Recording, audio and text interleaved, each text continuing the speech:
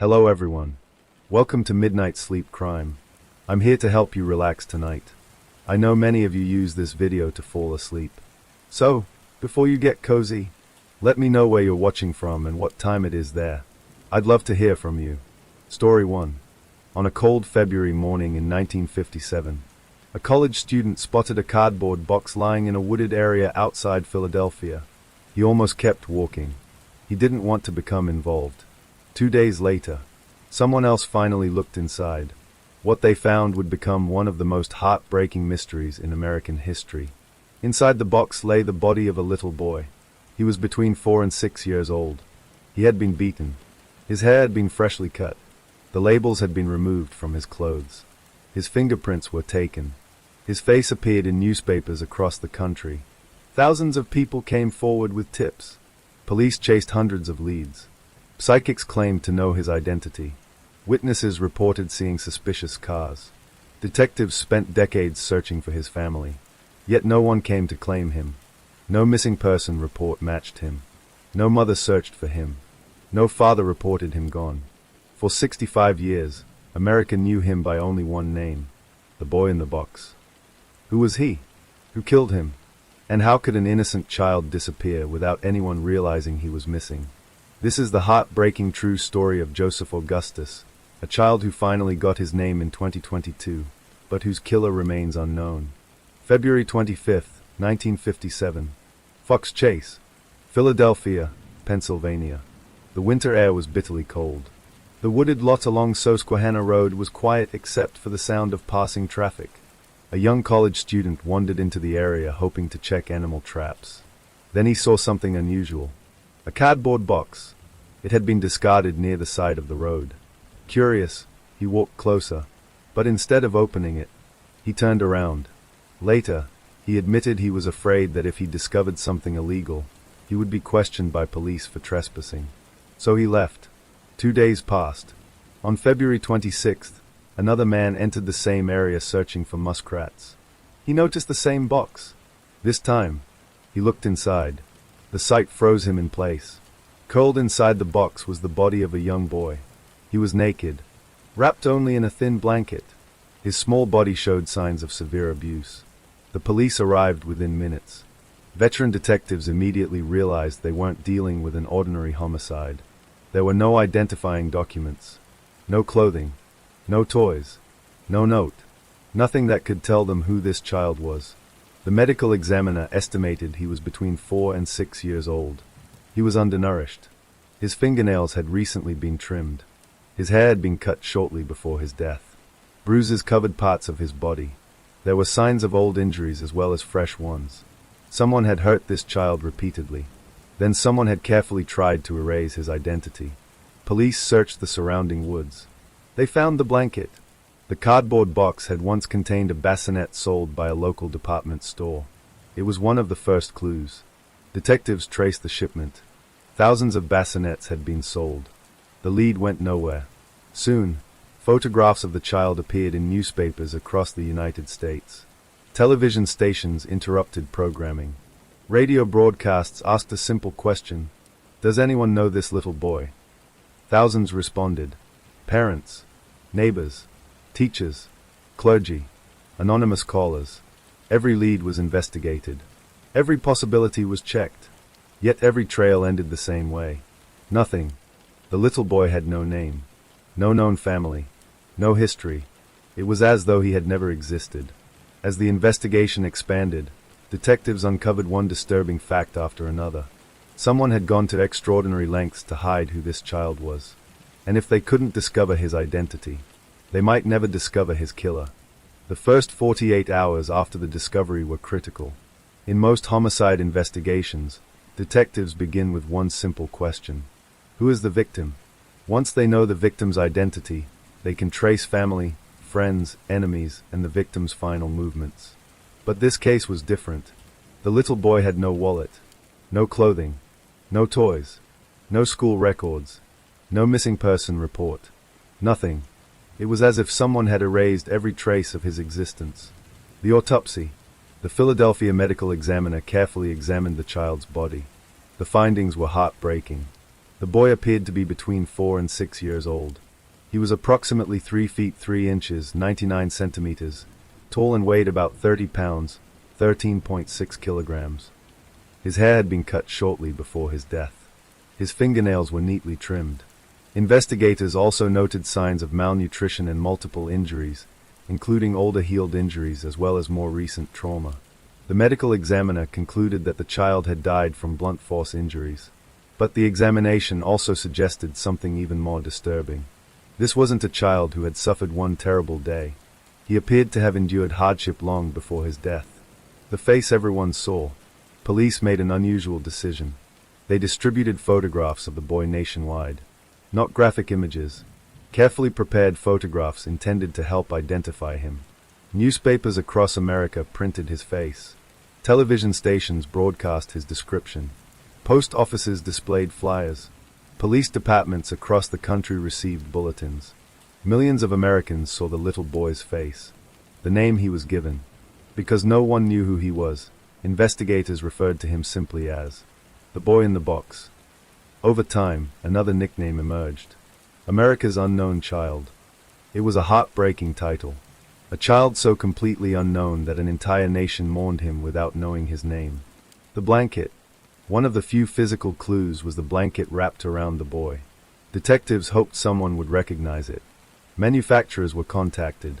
Retailers were interviewed. Families were asked to come forward. No definitive identification came from the blanket. The cardboard box. The cardboard box became another major clue. It had originally contained a bassinet sold by a department store. Investigators traced its distribution. Store records were reviewed. Customers were interviewed where possible. The trail eventually went cold. Fingerprints. Police took the child's fingerprints. At the time, fingerprint databases were limited compared with modern systems. The prints produced no identification. The child had never been arrested, employed, or otherwise entered into any fingerprint records. It was another dead end. Missing children. Investigators compared the boy to reports of missing children from across the United States. Every possibility was examined. One by one, each child was ruled out. No family reported a missing son who matched him. That fact deeply troubled detectives. How could no one be looking? Experienced investigators kept asking the same question. How does a child disappear?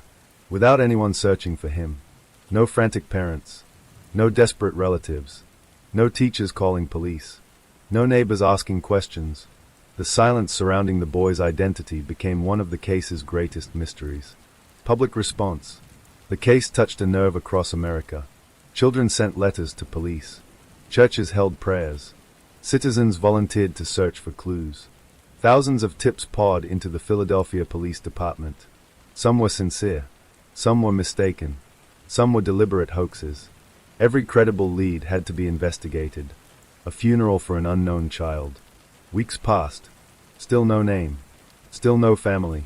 Still no answers. Eventually, the city arranged a funeral. Hundreds of people attended. Flowers surrounded the small grave. Police officers stood in silence. The headstone carried only a heartbreaking description. An unknown boy. A child whose name the world did not know. The investigation expands. As the weeks turned into months, detectives realized this case would not be solved quickly. If the victim could not be identified through traditional methods, they would have to find another way. That meant tracing every object connected to the crime, every witness, every rumor, every possible suspect. Among the thousands of tips, one would stand out. It came from a woman who claimed she knew exactly who the little boy was. Her story was so disturbing that, even decades later, investigators and true crime experts would continue debating whether she had revealed the truth or imagined it. For years, detectives chased hundreds of leads. Every phone call, every anonymous letter, every rumor. Most collapsed within days. Then, in the early 2000s, investigators received a tip unlike any they had heard before. It came from a woman known publicly only as M. She asked detectives for one promise: protect her identity. Only then would she tell them what she had carried for decades. A secret kept for years. According to M, she had been a child herself in the 1950s. She claimed her abusive mother had brought home a young boy shortly before his death. The child, she said, had been purchased through an illegal arrangement after his birth. There were no adoption papers, no official records, no legal custody. If true, it could explain why no one ever reported him missing. The boy in the house. M described him as quiet, thin, frightened. He rarely spoke. He was allegedly kept apart from the rest of the family. According to her account, he was treated differently from everyone else in the home. She said he appeared terrified of her mother. The final night. Then M described the night she said everything changed. According to her statement, the boy became violently ill after eating baked beans. An argument followed. She claimed her mother became enraged. What happened next, according to M, was horrifying. She alleged that the child suffered a fatal assault inside the house. M said that afterward, her mother cut the boy's hair in an attempt to change his appearance. She claimed the body was wrapped in a blanket, placed inside a cardboard box, then driven away. Details that caught detectives' attention. Investigators didn't dismiss her immediately. Why? Because M included details that had not been widely publicized. She correctly described certain aspects of the blanket. She also described the boy's appearance in ways that matched the investigation. Some detectives believed these details deserved serious attention. A possible explanation. MS Story also offered a possible answer to the question that had haunted police since 1957. Why had no one reported the child missing? If he had never legally existed within the household, there might have been no paperwork, no school enrollment, no birth certificate connected to his caregivers. No one outside the home would necessarily know he was there. The problems. But there were significant issues. M came forward decades after the crime. There was little physical evidence left to verify her account. Some details of her story changed over time, and investigators could not independently confirm many of her claims. Divided opinions. The detectives who worked the case were divided. Some believed M had provided the best lead in the investigation's history. Others believed her memories may have been influenced by the passage of time, trauma, or extensive media coverage of the case. Without corroborating evidence, her account could not solve the case on its own. The investigation continues. Police examined the locations she identified. They reviewed old records. They searched for witnesses who might support her story.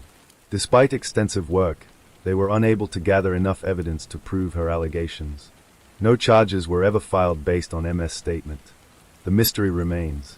To this day, MS' account remains one of the most controversial aspects of the boy in the box investigation. Was she finally revealing the truth? Or was she sincerely recounting memories that could no longer be verified? No one knows for certain. A new generation of detectives. As the decades passed, many original investigators retired. Some died. The case remained open. Boxes of evidence were carefully preserved. Not because police expected an easy answer, but because science was changing. New forensic techniques were beginning to solve cases once thought impossible. If the killer could not be found through witness testimony, perhaps the victim could finally be identified through something that had not existed in 1957. DNA. That single scientific breakthrough would eventually accomplish what 6 to 5 years of traditional investigation could not. For decades, the little boy had no name, no family, and no voice. But hidden inside the evidence collected in 1957 was a clue that future technology would one day unlock. For more than 6 decades, the little boy remained a mystery. Detectives retired. Evidence gathered dust. Witnesses died. Suspects disappeared. One by one, the people who had worked the original investigation passed away without learning the child's name. Many believed the case would never be solved. Then science caught up with history. A new kind of detective. In the 1950s, detectives relied on fingerprints, witness interviews, photographs, paper records. But by the 21st century, a new tool had transformed criminal investigations. DNA. Cases once considered impossible were suddenly being reopened. Cold cases from decades earlier were producing answers that investigators had never imagined. The boy in the box became one of them, preserving the evidence. Fortunately, Philadelphia detectives had done something remarkable. They preserved evidence from 1957. Hair samples, biological material, personal effects. At the time, they had no idea DNA testing would one day exist. Yet because the evidence had been carefully stored, modern forensic scientists had something to work with. The first DNA profile. Scientists successfully extracted DNA from the child's remains. That alone was a major breakthrough. But having DNA wasn't enough. They needed someone to compare it to. And after 6 to 5 years, finding living relatives seemed almost impossible. The rise of genetic genealogy. Investigators turned to a revolutionary technique known as investigative genetic genealogy. Instead of searching for the child directly, they searched for distant relatives, perhaps a third cousin, a fourth cousin, someone who shared a small amount of DNA. From there, genealogists could begin building family trees, one branch at a time, one generation at a time, thousands of hours. Professional genealogists spent years studying birth certificates, marriage licenses, census records, military files, obituaries, immigration records. Entire family trees were reconstructed, branches expanded, then narrowed. One mistake could send investigators down the wrong family line. Everything had to be verified. The family tree. Eventually, the separate branches began pointing toward one Philadelphia family. For the first time, detectives believed they knew where the little boy came from. But they still needed proof, confirming the identity. Investigators located additional family members. With their cooperation, DNA comparisons were conducted. The results confirmed what detectives had hoped. After 6 to 5 years, the unknown child finally had a name. December 8, 2022. Philadelphia police held a press conference. Television cameras filled the room. Journalists from around the world attended. Many expected another update, another appeal for information. Instead, they witnessed history. His name. Commissioner Danielle Outlaw stepped to the podium, then announced the words investigators had waited decades to say. The boy in the box was Joseph Augustus Zarelli. For the first time since 1957, the little boy was no longer anonymous. He had a birthday, a family, a history. Most importantly, he had his name back. A moment of emotion. Some detectives cried. Others later admitted it was the most emotional day of their careers. Because they had promised a child they had never met, that they would never stop searching, and they hadn't. But one mystery remained. Knowing Joseph's identity answered one enormous question. Who was the little boy? But it did not answer the next question. Who killed him? Or why? Those answers remained hidden. New doors opened. Joseph's identity allowed investigators to reconstruct parts of his family history. They learned about his biological parents, his relatives, the circumstances surrounding his birth. But many records from the 1950s were incomplete. Some witnesses were gone. Some memories had faded forever. The passage of time had solved one mystery, while making another even harder to investigate. Hope returns. For the first time in decades, detectives had something they never had before. A real victim, a real family, a real timeline. Instead of investigating an unknown child, they were now investigating the murder of Joseph Augustus Zarelli. That changed everything. After 6 to 5 years, America finally learned the little boy's name.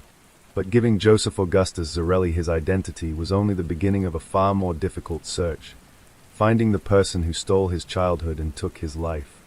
For 6 to 5 years, America knew him only as the boy in the box. Now, detectives finally had a name.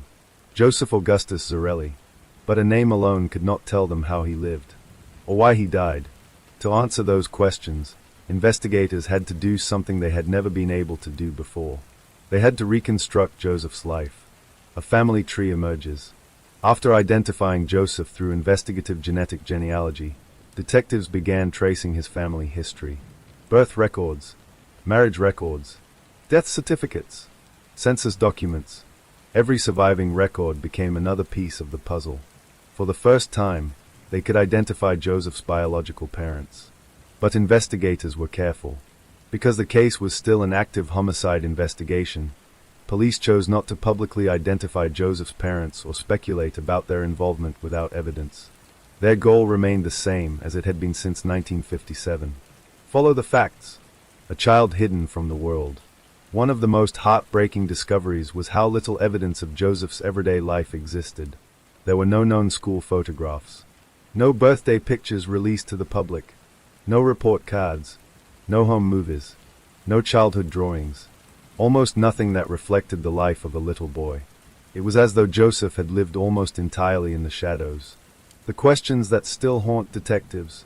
Now that Joseph had a name, investigators could finally ask more specific questions. Where had he lived? Who had cared for him? Did neighbors know he existed? Did relatives ever meet him? Who saw him during the final weeks of his life? Some answers emerged. Many did not. Because more than 6 decades had passed, countless witnesses had already died. Others no longer remembered details from the 1950s. Time had become the investigation's greatest enemy. The neighborhood. Detectives revisited neighborhoods. Connected to Joseph's family. Old homes had been demolished. Roads had changed. Businesses had disappeared. Entire communities looked different. The physical world that Joseph knew had largely vanished. The original investigators were gone. Many of the detectives who first worked the case in 1957 had long since passed away. Their handwritten notes remained. Their reports survived. But the people who had personally interviewed witnesses were no longer there to explain subtle details or instincts that never made it onto paper. Re-examining every theory. Joseph's identification also forced detectives to revisit decades of theories, including the account given by the woman known publicly as M. Investigators compared her story against what they now knew about Joseph's family. Some elements appeared potentially consistent. Others could not be verified. Even today, police have not publicly confirmed her account as factual. It remains one lead among many, not the official solution to the case. A murder investigation, not a mystery story. With Joseph identified, detectives emphasized something important. This was no longer simply the story of an unidentified child. It was an active murder investigation. Every new piece of information had to be tested. Every witness had to be evaluated.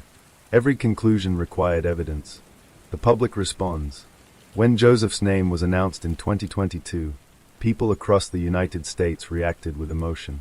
Many had followed the case for years. Some had grown up seeing his reconstructed face on posters. Others had become detectives because of this very case. For them, learning his name felt like a promise finally kept.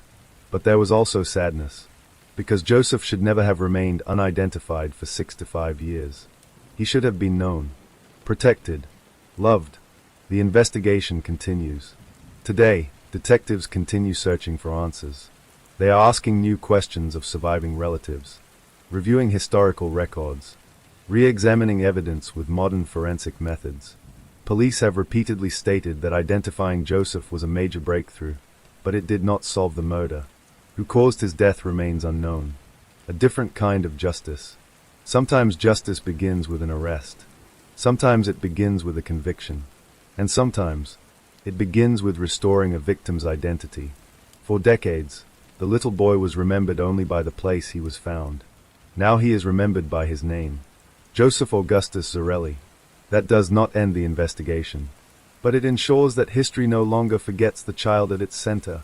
For 6 to 5 years, detectives searched for a name. Now they had one. The next challenge was even greater, proving who was responsible for taking Joseph Augustus Zarelli's life. When Philadelphia detectives finally learned the victim's name, they hoped the rest of the investigation would fall into place. Instead, it became even more complicated, because identifying Joseph Augustus Zarelli answered one question, while creating dozens of new ones. A crime frozen in time. The murder had taken place in February 1957. By the time Joseph was identified in 2022, 65 years had passed. Witnesses had died. Homes had been demolished. Businesses had closed. Records had been lost. The people who might have known the truth were now elderly or gone forever. Reopening every lead. Detectives pulled thousands of pages from the original case files. Every witness statement was reviewed again. Every suspect was reconsidered. Every theory was measured against what investigators now knew about Joseph's identity. Some leads that once seemed impossible suddenly became worth revisiting. Others that had appeared promising decades earlier quietly fell apart. The people closest to Joseph. Once Joseph's biological family was identified, investigators naturally began reconstructing his earliest years. But police were careful in what they released publicly. They did not accuse Joseph's parents or relatives of the crime. Instead, detectives focused on building an accurate timeline. Who had custody? Who had access to him? Who last saw him alive? Those questions remained central to the investigation. The story of M, the woman known publicly as M, once again became part of the conversation. Her account had always been controversial. Now detectives could compare parts of her story with newly discovered family information. Some details appeared potentially consistent. Others could not be confirmed. To this day, investigators have not publicly verified her account as the solution to the case. It remains one lead among several. The evidence that never existed. Modern homicide investigations rely heavily on surveillance cameras, cell phone records, GPS data, DNA databases, financial transactions, digital messages. In 1957, none of those existed. There were no security cameras, no mobile phones, no internet records, no electronic trail. Detectives had to depend almost entirely on witness testimony and physical evidence. And after 6 to 5 years, memories fade. The lost opportunity. One of the greatest frustrations for investigators is that many potential witnesses were never interviewed when the crime occurred. Some people may have known something. Others may have noticed unusual behavior. But if they never came forward in 1957, their information may now be lost forever. The public's role. Following Joseph's identification, Philadelphia police renewed their appeal for information. They asked surviving relatives, neighbors, and anyone with knowledge of Joseph's early life to contact investigators. Even the smallest detail, detectives said, could help complete the timeline. Because sometimes a forgotten conversation, or an old family photograph, can change the course of a cold case. Why no arrest? People often ask, if police know Joseph's identity, why hasn't anyone been arrested? The answer is simple. Knowing who the victim was is not the same as proving who committed the murder. In a criminal case, investigators must gather evidence that can stand in court. Suspicion is not enough. Speculation is not enough. A conviction requires proof. The weight of time. Time is both the enemy and the ally of cold case detectives. It destroys memories. But it also brings new technology, new witnesses, new forensic methods, new opportunities. The identification of Joseph through DNA is proof that even decades-old mysteries can move forward. A promise that remains. Today, the Philadelphia Police Department continues to classify Joseph's death as an active homicide investigation. Detectives have stated that they remain committed to identifying the person, or people, responsible. The investigation is not over. It has simply entered a new chapter. The child at the center. Amid all the theories, suspects, and forensic breakthroughs, investigators return to the same image. A little boy, only 4 years old, found alone in a cardboard box, unknown to the world for 6 to 5 years, now finally known by name. Joseph Augustus Zarelli is no longer the boy in the box. But somewhere, the truth about his final days still exists, and detectives continue searching for the person who has kept that truth hidden since 1957. When Joseph Augustus Zarelli was buried in 1957, no one standing around his small grave knew his name. Not the detectives, not the reporters, not the priest, not even the people who placed flowers beside his coffin. To the world, he was simply the boy in the box. For 6 to 5 years, that was all anyone could call him. A grave that never stayed empty. Although Joseph had no known family at his funeral, he was never forgotten. Year after year, people visited his grave. Some left flowers. Some left teddy bears. Others left handwritten notes. Many visitors had never met him. They simply couldn't bear the thought of a child being forgotten. One note reportedly read, "You mattered." Another simply said, "Rest easy, little one." In death, Joseph received the kindness that investigators feared he may never have experienced in life. The detectives who refused to quit. Every generation of Philadelphia detectives inherited the case.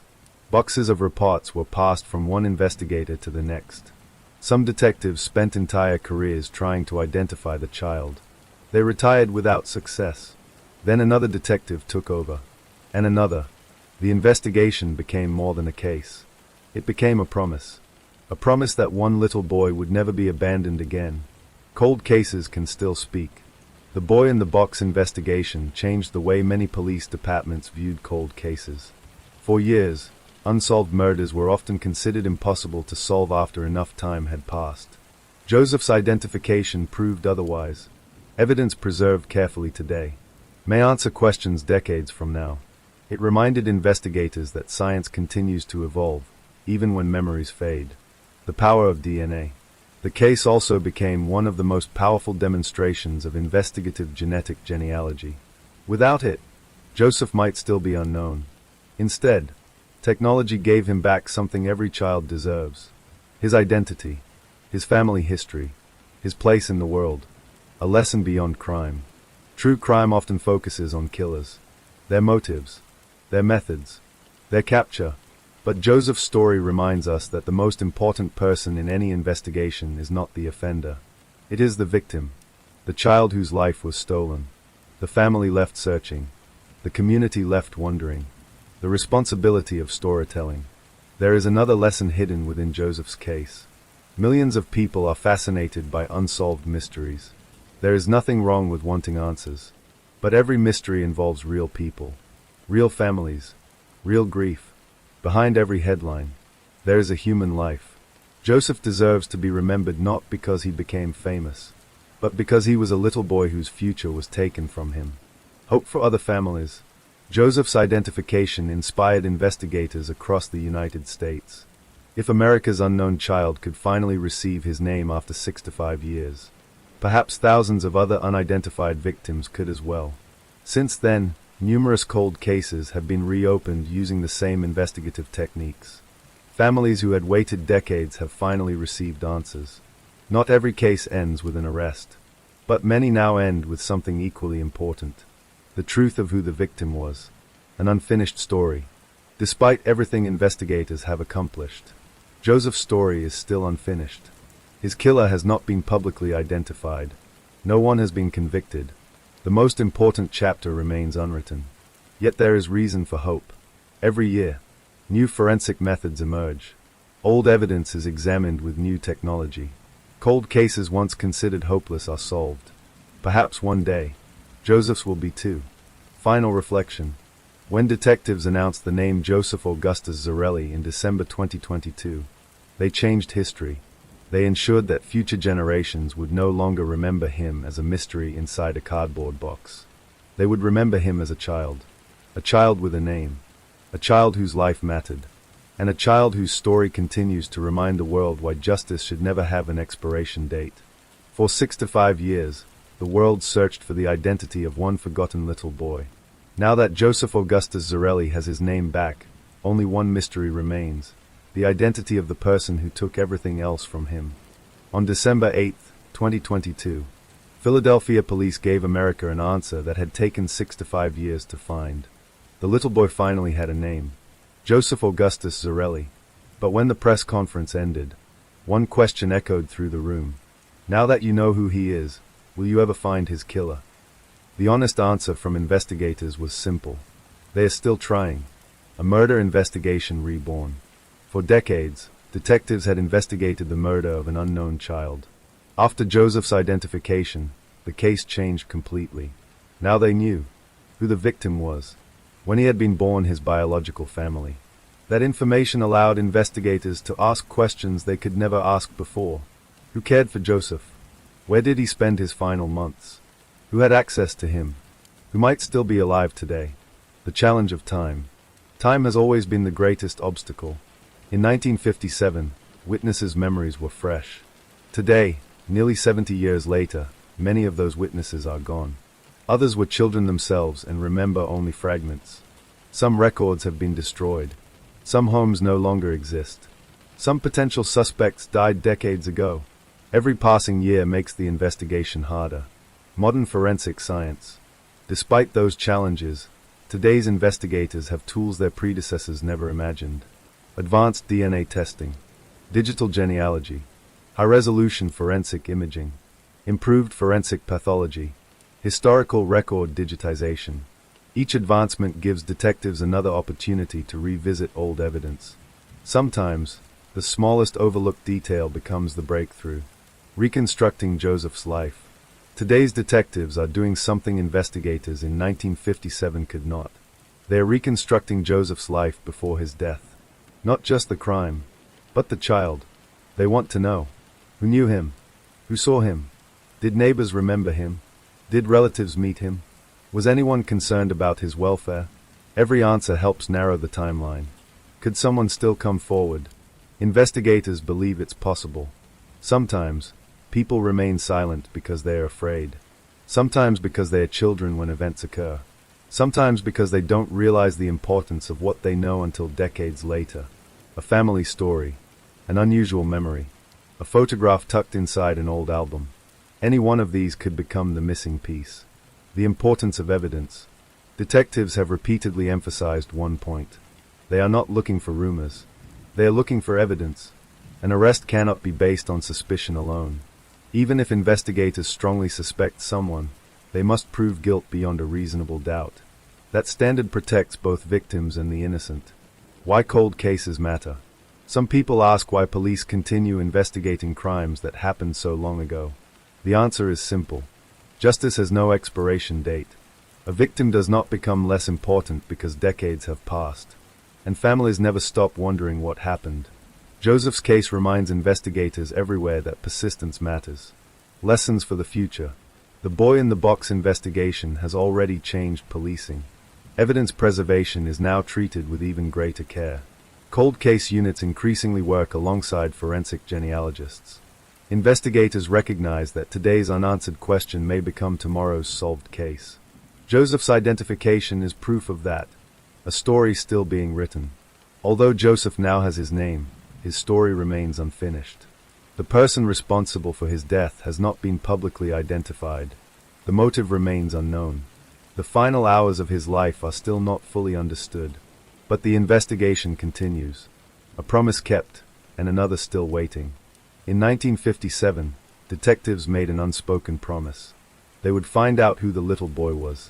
They kept that promise. Now another promise remains.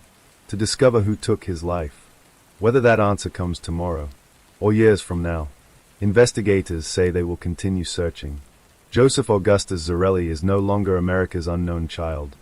But until the person responsible for his death is identified, one of the oldest and most heartbreaking murder investigations in American history remains unfinished. For nearly 7 decades, the murder of Joseph Augustus Zarelli has inspired thousands of theories. Some were based on evidence. Some were built on rumors. Others became so widely repeated that many people began accepting them as fact. For detectives, separating truth from speculation has always been one of the hardest parts of the investigation. Theory number 1, the foster home. One of the earliest theories suggested Joseph had lived in foster care before his death.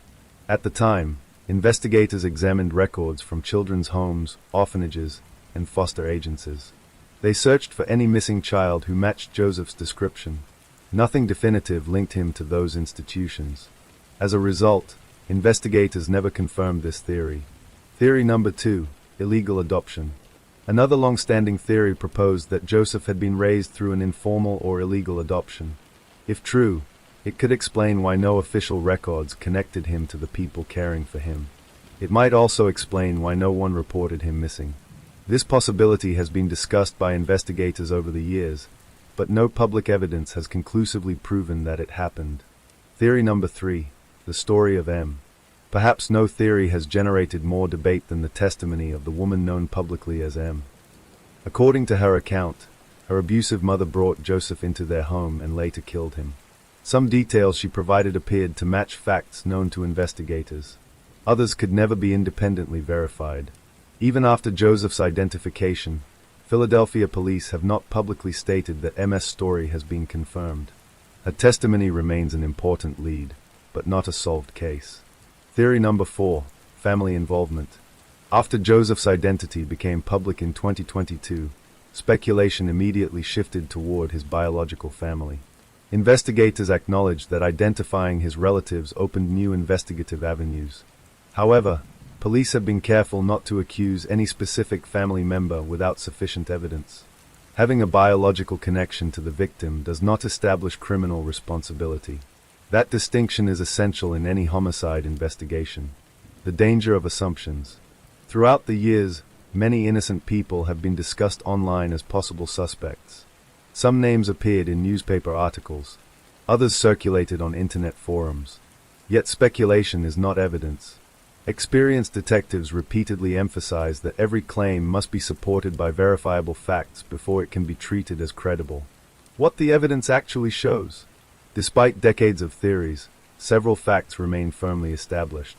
Joseph Augustus Zarelli was a young child who died from homicidal violence in 1957.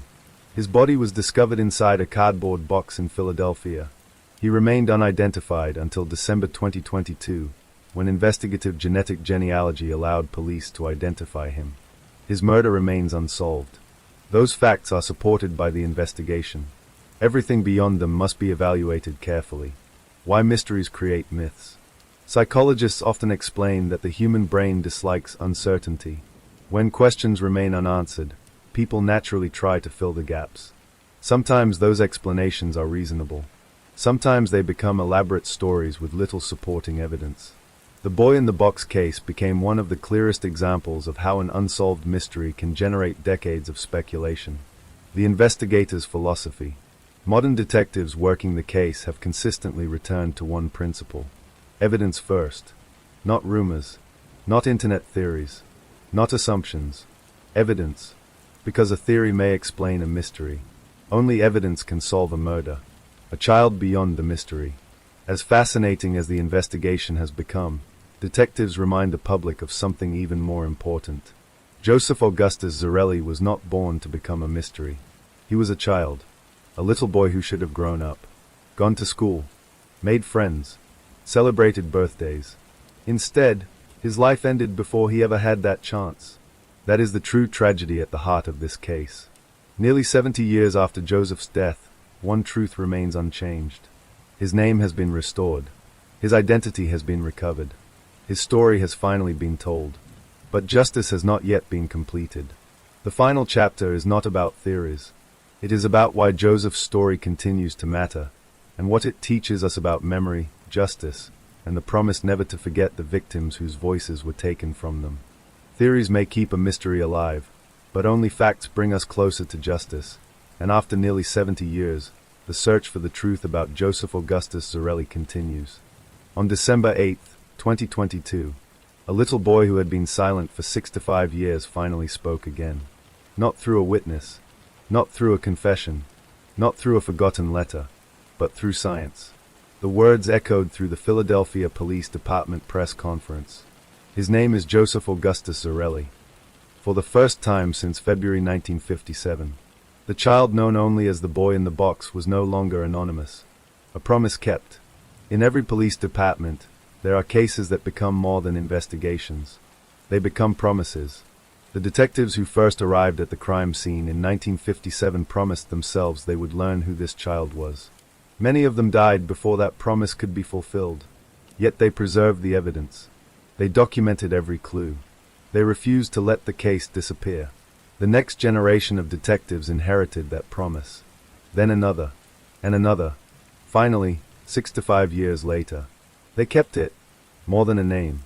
When people heard Joseph's name for the first time, many assumed the mystery had been solved. It hadn't. Knowing who Joseph was did not reveal who killed him. His murder remains unsolved. Philadelphia police have stated that the homicide investigation is still active, and they continue to encourage anyone with credible information to come forward. The case has not been closed. Justice has two paths. Many people think justice begins with an arrest. Sometimes it does. But justice can also begin with recognition. For decades, Joseph's identity had been erased. His face was known across America. His name was not. By restoring that name, investigators restored part of his humanity. He was no longer just the boy in the box. He was Joseph, the power of never giving up. Joseph's case changed the way investigators think about cold cases. It proved that no investigation should be abandoned simply because time has passed. Evidence preserved today may become tomorrow's breakthrough. Technology will continue to improve. Questions that seem impossible today may have answers in the future. Joseph's identification is proof of that, a lesson for every detective.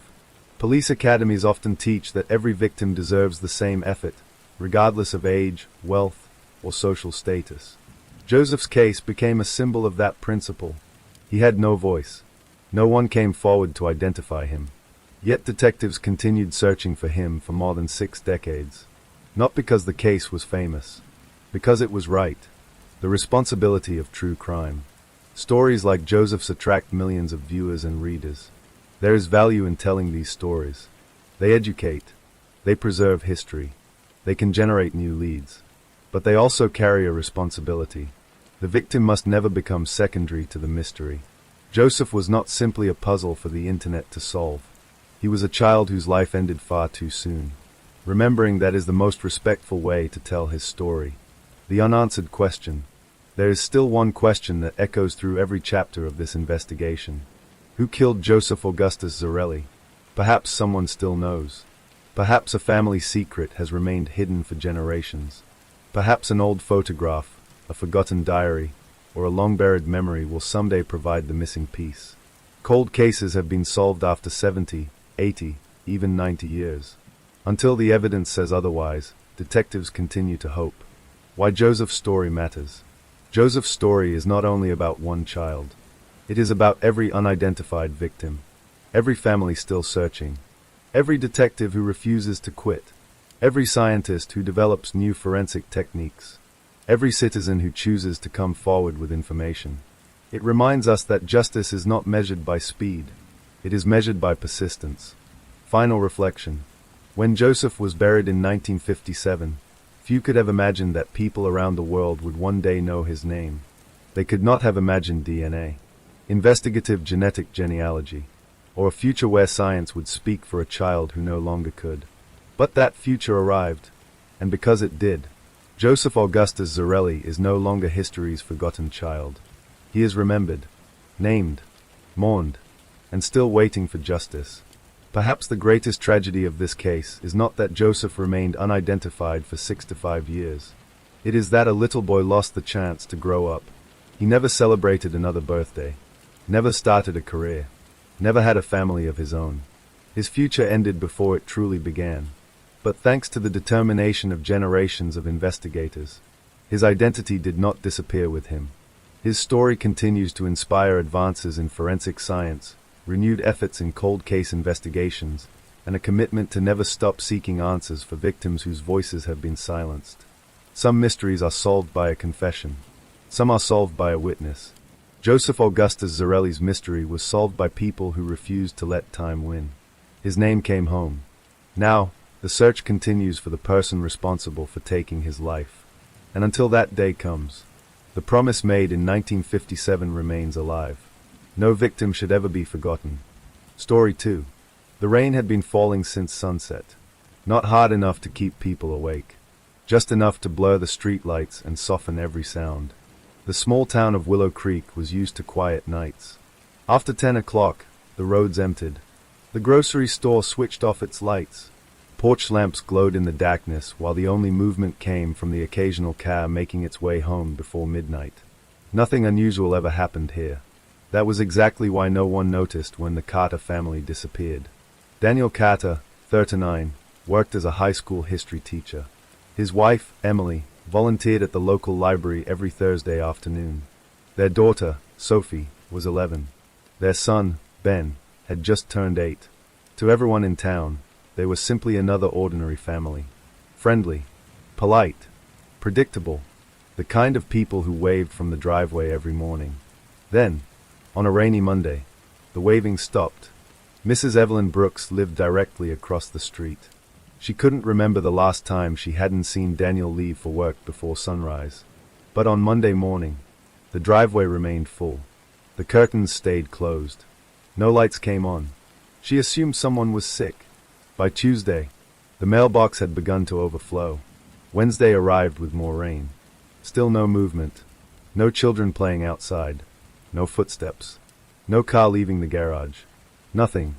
The town barely noticed. People have busy lives. Sometimes families leave unexpectedly. Sometimes they visit relatives. Sometimes they simply want privacy.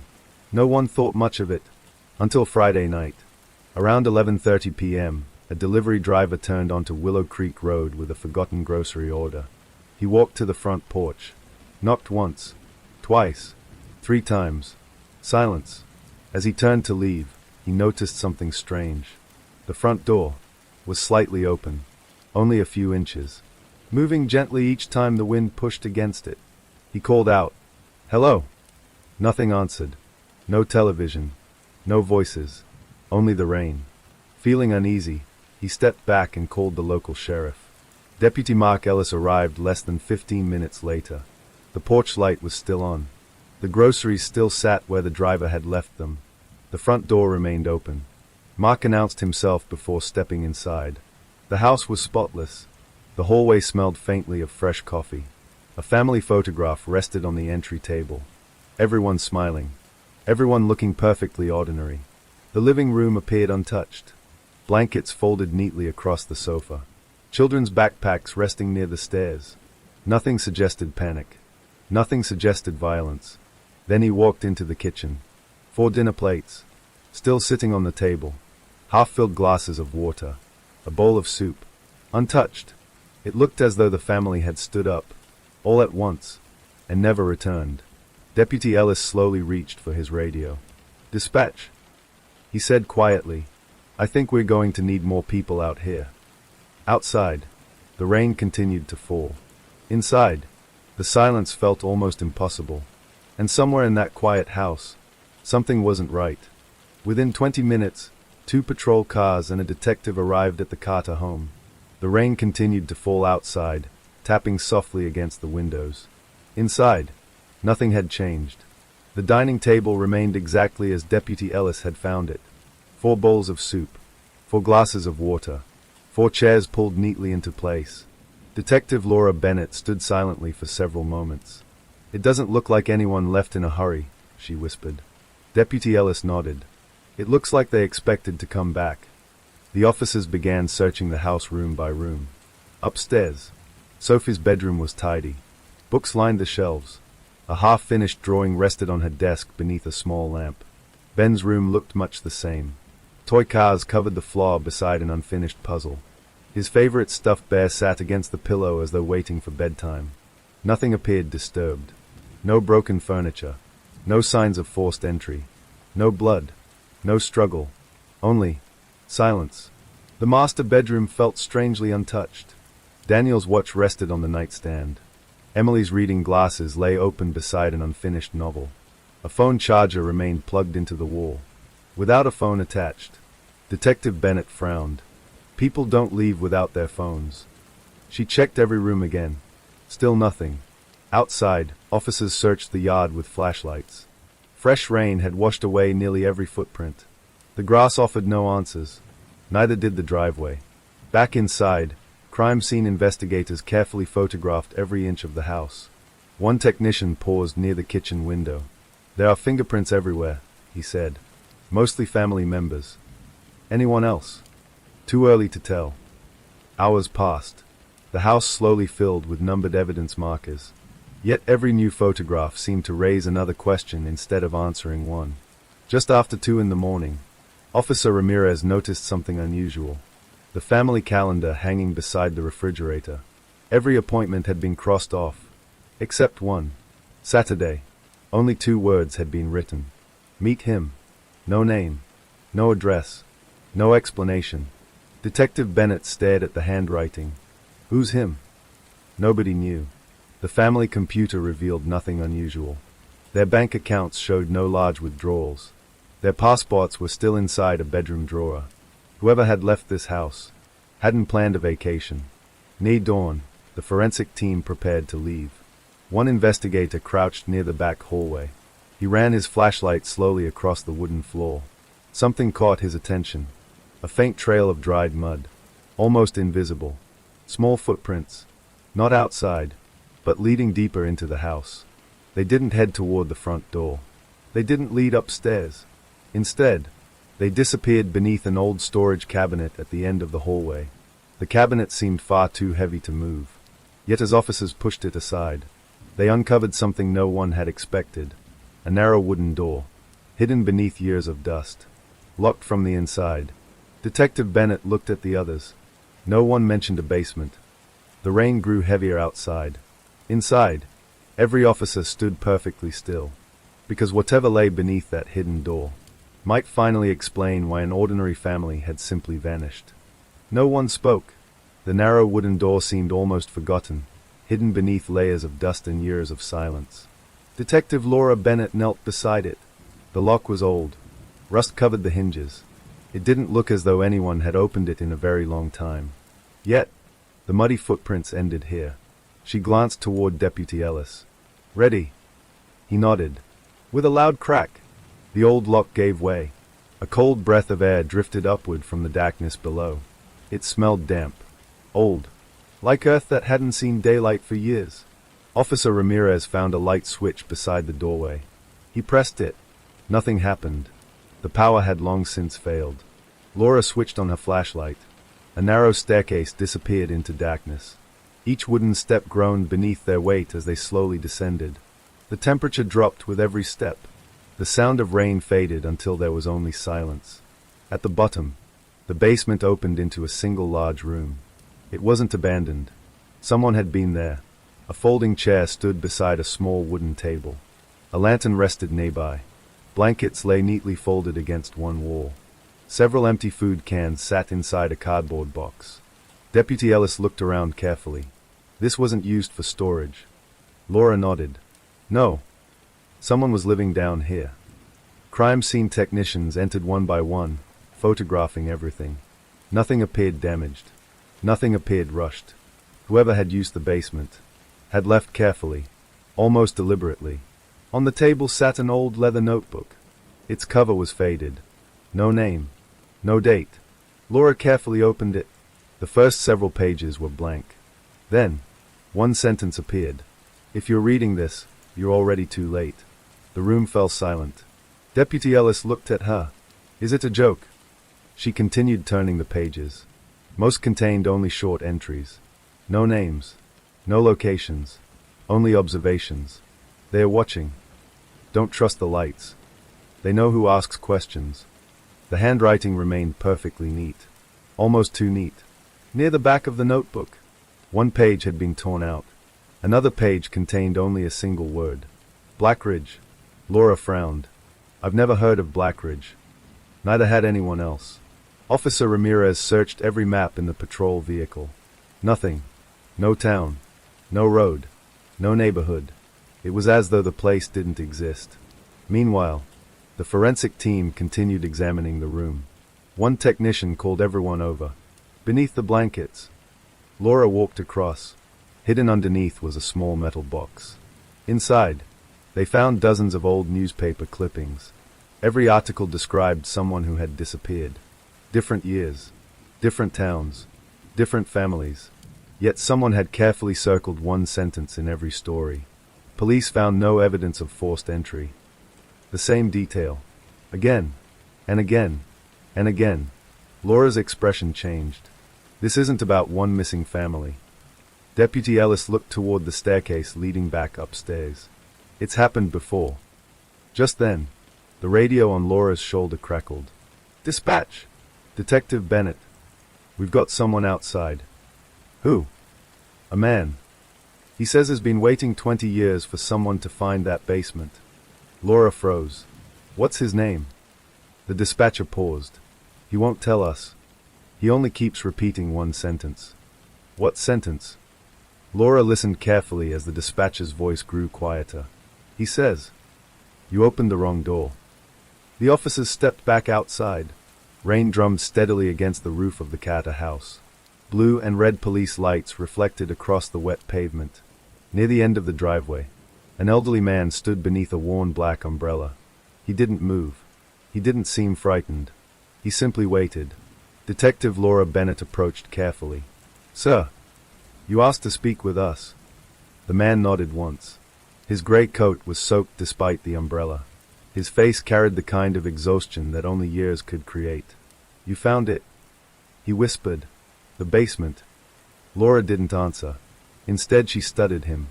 "You've been inside this house before." Another slow nod. "A long time ago." Deputy Ellis stepped beside her. "Who are you?" The old man smiled faintly. "My name doesn't matter. It hasn't mattered for 20 years. Laura's voice remained calm. You said we opened the wrong door. I did. What does that mean? The man looked toward the Carter house. You think that basement is where the story begins. It isn't. It's where it ends. A cold breeze swept across the street. Rain continued falling between them. Laura folded her arms. If you know something about the Carter family, tell us. The old man remained silent for several seconds. Finally, he pointed toward the woods beyond the neighborhood. There's another house. No one remembers it. Deputy Ellis frowned. There aren't any houses out there. There used to be. The old man's voice barely rose above a whisper. It burned down 19 years ago. Laura noticed something strange. His eyes never left the trees, as though he expected someone to emerge at any moment. What happened there? The man's hands trembled. They told everyone it was an accident. It wasn't. He reached slowly into his coat pocket. Every officer stiffened. Instead of a weapon, he removed an old photograph. The edges were cracked with age. Rain had faded most of the colors. Laura accepted it carefully. The picture showed 6 people standing outside a farmhouse. 4 adults, 2 children, everyone smiling. Then she noticed something.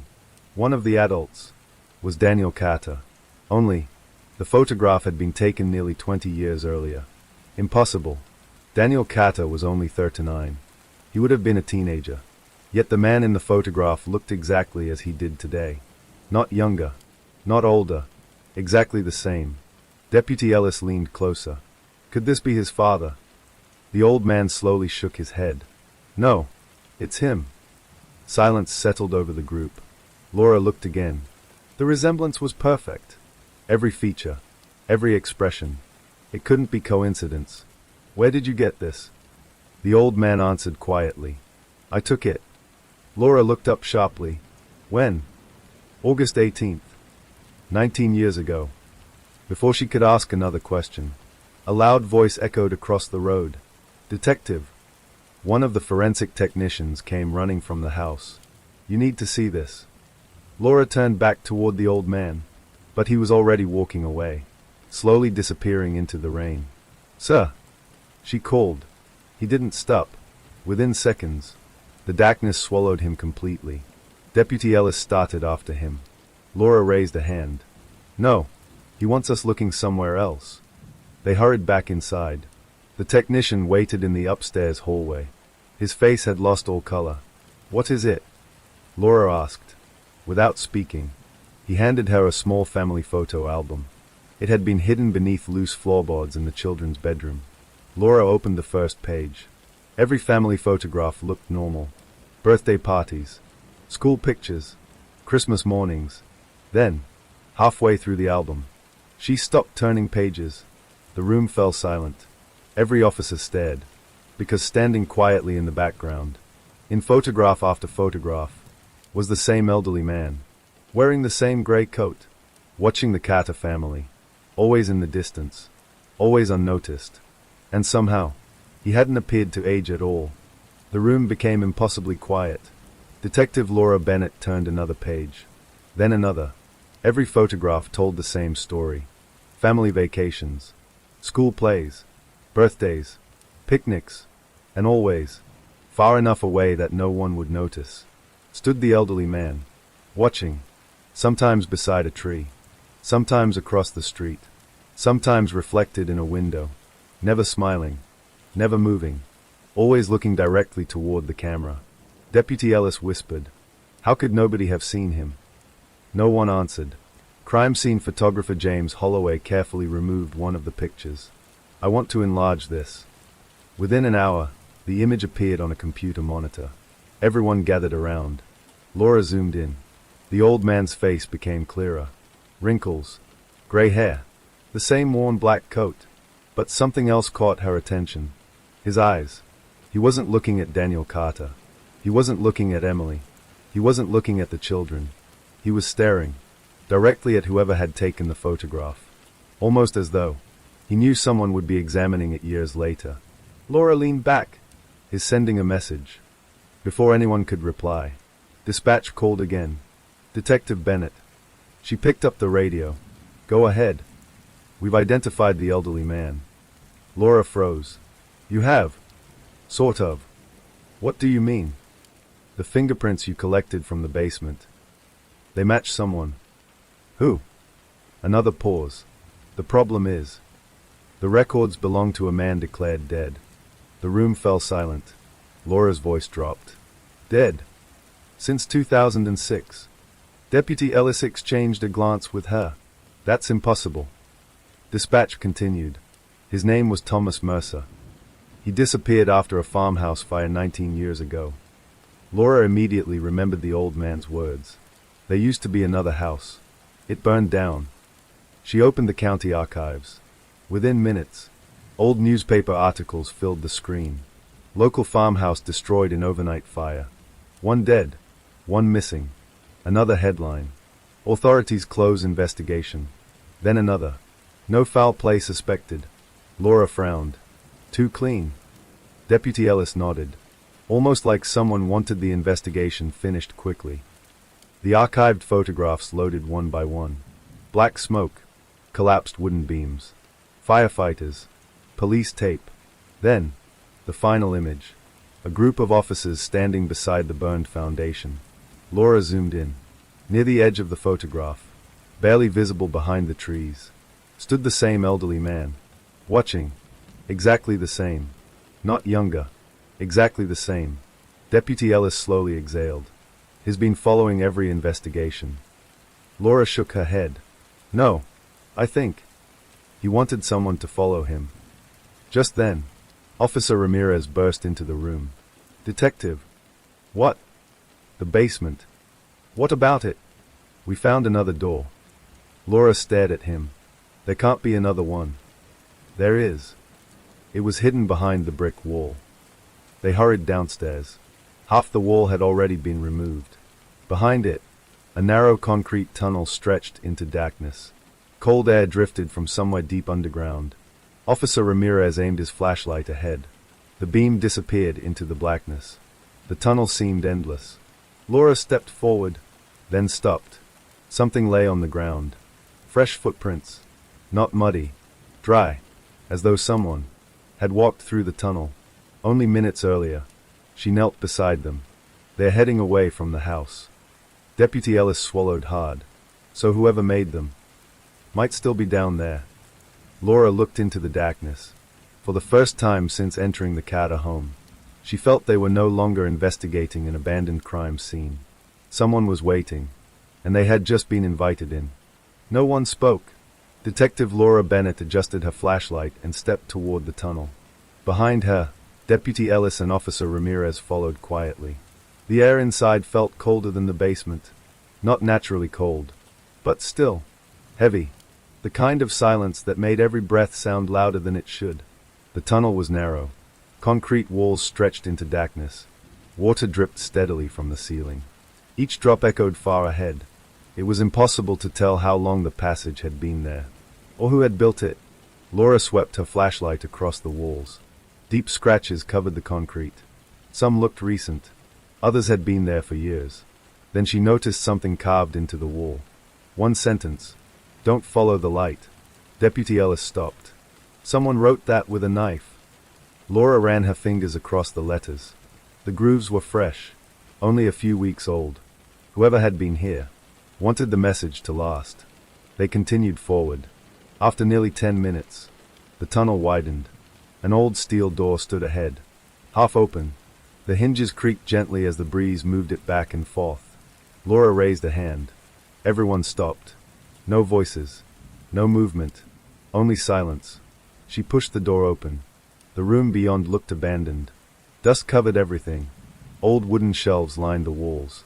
Broken chairs lay scattered across the floor. At first glance, it seemed empty. Then Officer Ramirez pointed toward the corner. There. A lantern. Still warm. Laura walked over carefully. She placed one hand above the glass. It was lit recently. Deputy Ellis looked around. Someone knew we were coming. On the floor sat another notebook. Unlike the one in the basement, this one carried a name. Thomas Mercer. Laura opened it. The first pages described ordinary events. Weather. Names. Dates. Nothing unusual. But near the middle, the handwriting became rushed, uneven, almost desperate. They don't disappear. They are replaced. Laura stared at the page. Another entry followed. If you ever find this, don't believe the first story you're told. She turned another page. Blank. Then another. Blank. Only the final page contained writing. Just 4 words. The church knows everything. Silence filled the room. Deputy Ellis frowned. The old church. Laura nodded slowly. There hasn't been a service there in years. Officer Ramirez suddenly whispered, "Did you hear that?" Everyone froze. Footsteps. Soft. Slow. Somewhere farther down the tunnel. Not running. Walking. As if whoever was there wanted them to hear. Laura switched off a flashlight.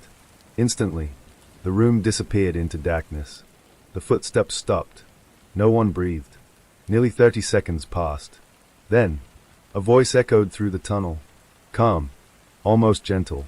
"You finally found the journal." The officers spun toward the sound. Their flashlights switched on together. The tunnel stood empty. No one was there. Only darkness. Only silence. Then, another voice came over Laura's police radio. It wasn't dispatch.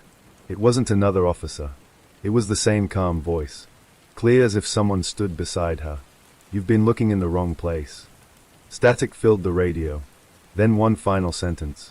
"Meet me at St. Mary's Church. Before midnight." The transmission ended. Laura slowly lowered the radio. No one spoke. Outside, the rain continued to fall. And for the first time, the investigation had a destination. The drive to St. Mary's Church took less than 15 minutes. No one spoke. Rain slid across the windshield as Detective Laura Bennett followed the narrow country road. The church had been abandoned for nearly a decade. Most people in Willow Creek had forgotten it even existed. By the time they arrived, the clock on the dashboard read 11:43 p.m. The old stone building stood alone on a small hill. Its broken bell tower disappeared into the fog. One stained glass window had shattered years ago. The wooden front doors hung slightly open, moving gently with the wind. Laura stepped from the car.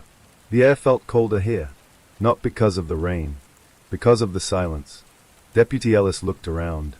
No tire tracks. No fresh footprints. "It looks empty." Laura wasn't convinced. She shined her flashlight toward the entrance. The heavy doors creaked as they pushed them open. Inside, rows of wooden pews stretched toward the altar. Dust covered nearly everything. Yet something immediately caught Laura's attention. The candles. One was still burning. Its tiny flame danced quietly beneath the draft. Someone had lit it recently. Someone had been waiting. The officers spread out carefully. Officer Ramirez searched the side rooms. Deputy Ellis examined the altar. Laura slowly walked toward the front of the church. Above the altar hung a large wooden cross. At first, nothing seemed unusual. Then she noticed deep scratches carved into the floor. Straight lines, almost like someone had dragged something heavy. The marks ended behind the altar. Laura knelt down. She brushed away years of dust. A small brass ring appeared beneath her hand. "Ellis." He hurried over. Together, they pulled. The wooden floor lifted slowly. Beneath it, stone steps disappeared underground. Another hidden passage.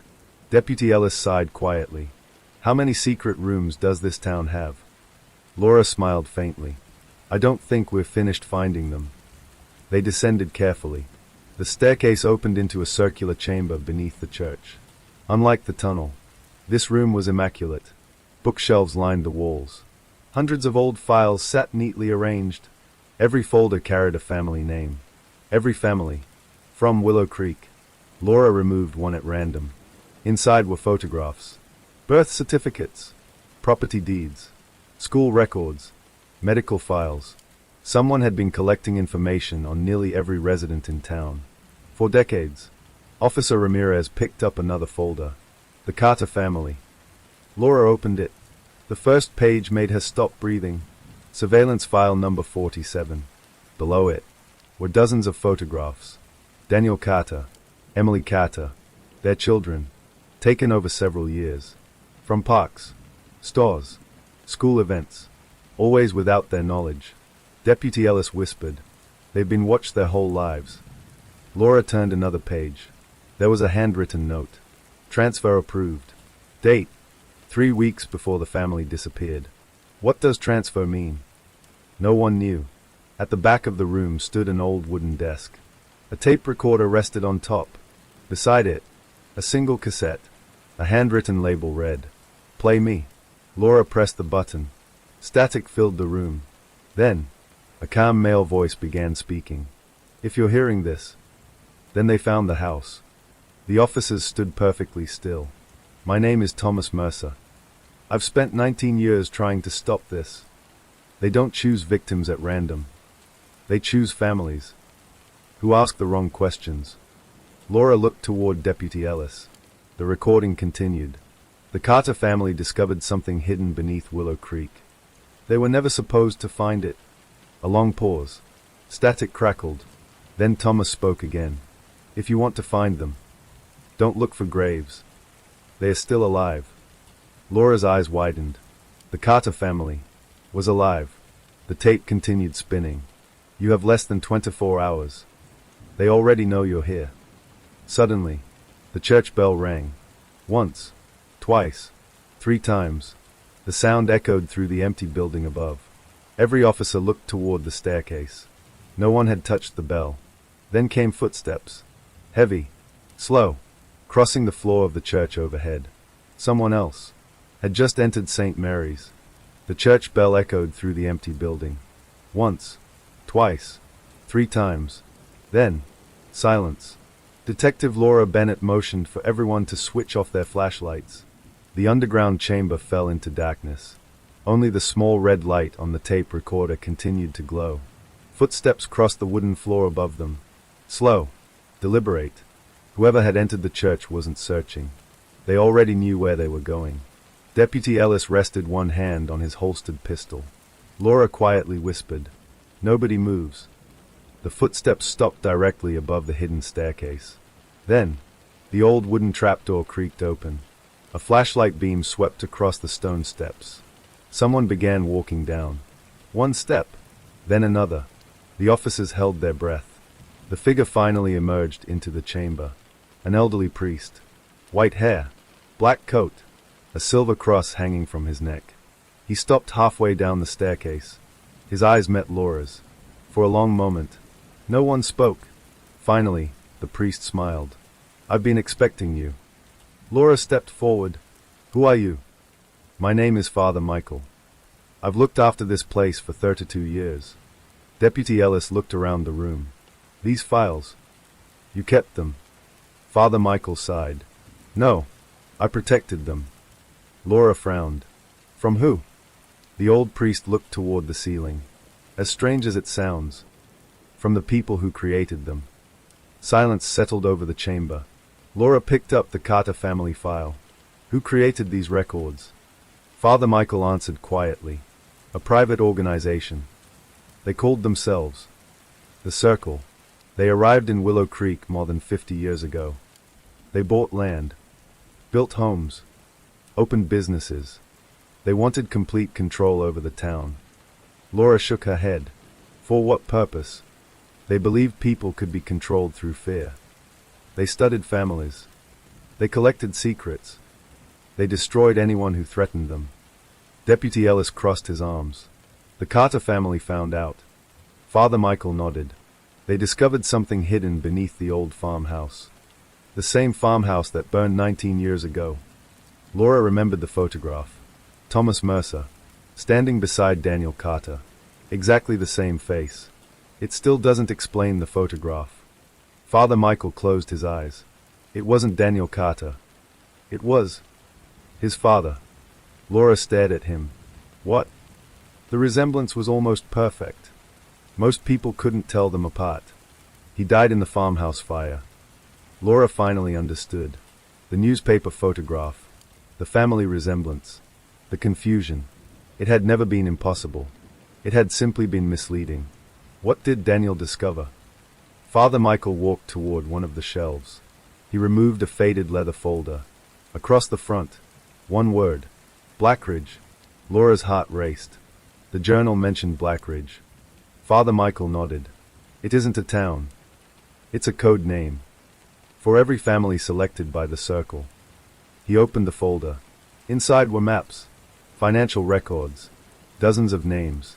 Many were crossed out. Some had dates beside them. Others carried only one word. Transferred. Laura looked up. Transferred where? The priest slowly shook his head. I've never known. I only know. They never came back. Officer Ramirez suddenly called from the staircase. Detective. Laura turned. What is it? Ramirez looked pale. There are vehicles outside. How many? I counted 6. The room fell silent. No flashing lights. No sirens. Just black SUVs. Their engines idling in the rain. Father Michael whispered. They are here. Laura looked toward him. Who? The circle. Outside. Car doors opened. Heavy footsteps crossed the wet stone path. Someone tried the front doors of the church. Then another voice echoed through the building. Calm. Confident. Almost friendly. Detective Bennett. We know you're inside. You've already learned more than you were supposed to. A pause. Then, if you come out now, no one else has to disappear. The church fell silent once again. Laura looked around the underground chamber.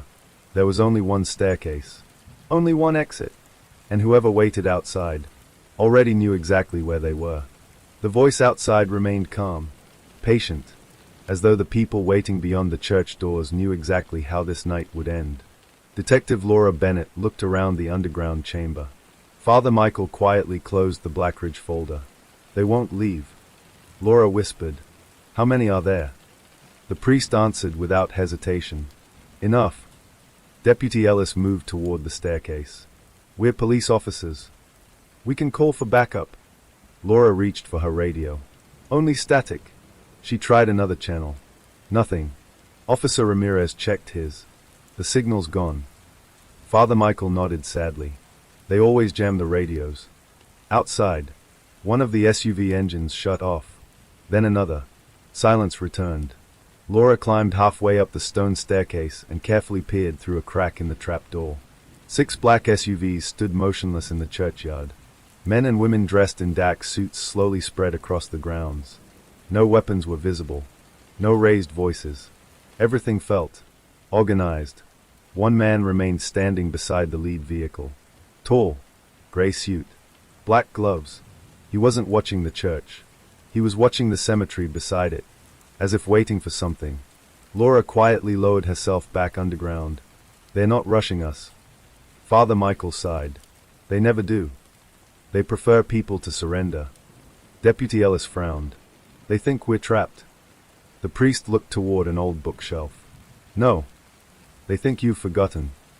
He reached behind the shelf and pressed against one loose stone. A low grinding sound echoed through the chamber. Part of the wall slowly slid open. Behind it, another narrow passage. Laura looked surprised. Another tunnel. Father Michael smiled faintly. The church is much older than Willow Creek. This passage existed long before the circle arrived. Officer Ramirez aimed his flashlight inside. Fresh footprints. Someone had used it recently. Laura asked quietly, Thomas Mercer. Father Michael nodded. He came through here 2 nights ago. He knew you would eventually find the church. The detective looked down the dark passage. Where does it lead? The cemetery. The old caretaker's cottage. And beyond that, the original farmhouse. Everyone froze. The farmhouse. It didn't burn completely. Father Michael shook his head. Only the house. The cellar survived. Laura suddenly understood. Everything, the hidden tunnel, the journals, the surveillance files, had been pointing toward one place from the beginning. The farmhouse. Outside, a loud knock echoed through the church. 3 slow knocks. The voice returned. Detective Bennett, this is your last opportunity. No one has to get hurt. Laura looked toward Father Michael. What happens if we stay? The old priest answered honestly. You disappear. And the town forgets you were ever here. Silence settled over the chamber. Then, Officer Ramirez noticed something lying beside the hidden passage. A leather satchel. Inside, another cassette tape. This one carried only a single handwritten message. For Laura. She stared at it. I've never met Thomas Mercer. Father Michael answered softly. He has. Laura looked confused. What do you mean? The priest smiled sadly. He knew your father. The room fell completely silent. Laura's heart skipped. My father died 20 years ago. Father Michael nodded. So everyone believed. Before Laura could speak, the church doors above exploded open with a deafening crash. Heavy footsteps echoed across the sanctuary. Several voices called out. They're leaving through the tunnels. They know. They found the passage. Deputy Ellis drew his weapon. Laura grabbed the satchel and the Blackridge file. Father Michael pushed the hidden wall fully open. Go. What about you? Laura asked. The old priest smiled gently. My job was never to escape. It was to make sure someone finally learned the truth. He stepped toward the staircase, closing the hidden stone doorway behind them. The last thing Laura heard was Father Michael calmly greeting the people entering the church. Good evening. I've been expecting you. Then, the stone wall sealed shut. The tunnel fell silent once more. Ahead, only darkness remained. And somewhere beyond it, waited the farmhouse where the mystery had truly begun. The tunnel stretched endlessly beneath Willow Creek. Detective Laura Bennett led the way. The Blackridge file was tucked safely beneath her arm. Behind her, Deputy Ellis and Officer Ramirez followed in silence. No one looked back. The stone door had sealed behind them. Whatever had happened to Father Michael, they could only hope he had bought them enough time. The air inside the tunnel felt different now. Warmer. Older. The walls were no longer concrete. They were rough stone, built by hand, more than a century ago. After nearly 20 minutes of walking, Laura noticed fresh air drifting through the passage. A faint glow appeared ahead. Moonlight. She extinguished her flashlight. Slowly, the tunnel opened into an enormous underground cellar. Broken wooden beams lay scattered across the floor. Above them, the remains of the old farmhouse stood silhouetted against the night sky. The fire had destroyed the house, but it had never reached the cellar. Officer Ramirez whispered, "This place has been hidden for 19 years. Laura stepped carefully across the dusty floor. Everything had been left exactly as it was. Old furniture, shelves, boxes, glass bottles covered in dust. Then, she saw it. A steel door. Unlike everything else in the cellar, it looked new. Someone still used it. Deputy Ellis examined the electronic keypad beside the handle. This wasn't here 19 years ago. Laura remembered the Blackridge folder. Inside, one page contained nothing but 4 numbers. 1974. She entered them. The keypad beeped once. The heavy lock clicked. The steel door slowly opened. Cold white light spilled into the cellar. The officers exchanged nervous glances. This wasn't an abandoned bunker. It was active. Inside, a long hallway stretched beneath the earth. Bright fluorescent lights illuminated polished concrete floors. Security cameras watched every corner. The contrast was almost surreal. An abandoned farmhouse above. A modern facility below. Officer Ramirez stared in disbelief. This has been under the town the whole time. Laura nodded quietly. The circle never disappeared. They simply went underground. They advanced cautiously. Every office they passed stood empty. Computer monitors remained switched on. Coffee cups still sat on desks. Someone had left. Only minutes earlier. At the end of the corridor stood a large conference room. The door remained open. Laura entered first. A massive map of Willow Creek covered one wall. Every home in town had been marked. Some with green circles. Others with red. The Carter house carried a black symbol unlike any other.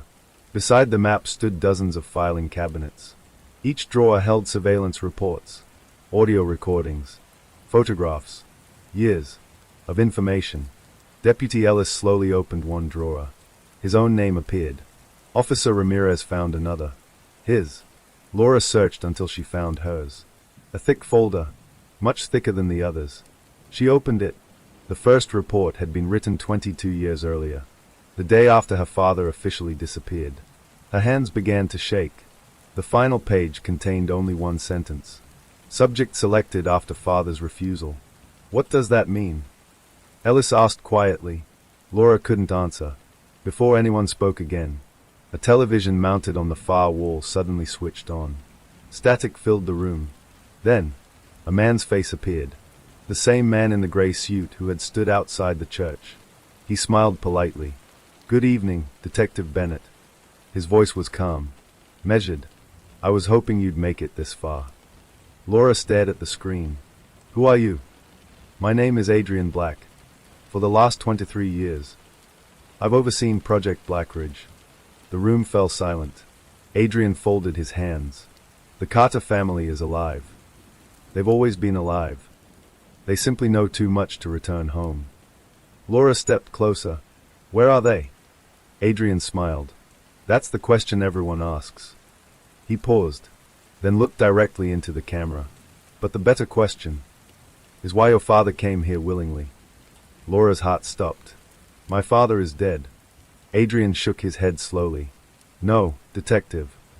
He works for me." The screen went black. No one moved. No one spoke. Because in that single moment, the entire investigation changed. The Carter family had never been the real mystery. Laura Bennett's father had been.